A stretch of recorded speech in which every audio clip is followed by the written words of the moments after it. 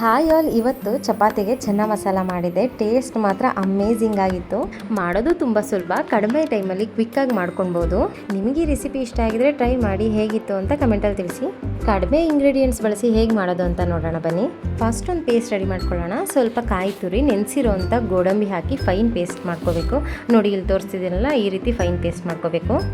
Next ಒಂದು ಕಡಾಯಿನಲ್ಲಿ ಒಂದು 2 table spoon ಅಷ್ಟು ಎಣ್ಣೆ, ಒಂದು ಪಲಾವ್ ಎಲೆ, 2 ಪೀಸಷ್ಟು ಚಕ್ಕೆ, ಒಂದು ಅರ್ಧ ಟೇಬಲ್ ಸ್ಪೂನ್ ಅಷ್ಟು ಜೀರಿಗೆ, ಸ್ವಲ್ಪ ಕಸೂರಿ ಮೇಥಿ ಹಾಕಿ ಫ್ರೈ ಮಾಡ್ಕೋಬೇಕು.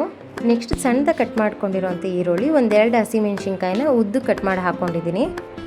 1 ಸ್ಪೂನಷ್ಟು ಶುಂಠಿ ಬೆಳ್ಳುಳ್ಳಿ ಸಹ ಆ್ಯಡ್ ಮಾಡಿಕೊಂಡು ಚೆನ್ನಾಗಿ ಫ್ರೈ ಮಾಡ್ಕೋಬೇಕು.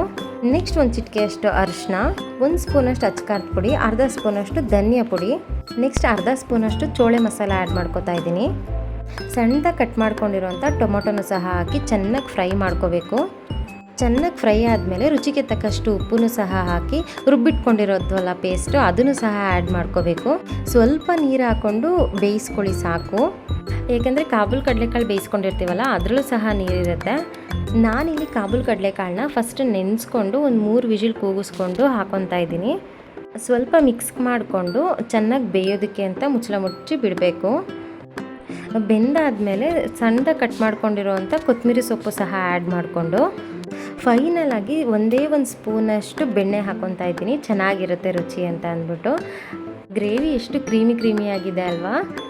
ನೆಕ್ಸ್ಟ್ ವೀಡಿಯೋದಲ್ಲಿ ಸಿಗ್ತೀನಿ. ಅಲ್ಲಿವರೆಗೂ ಟೇಕ್ ಕೇರ್, ಬೈ ಬಾಯ್.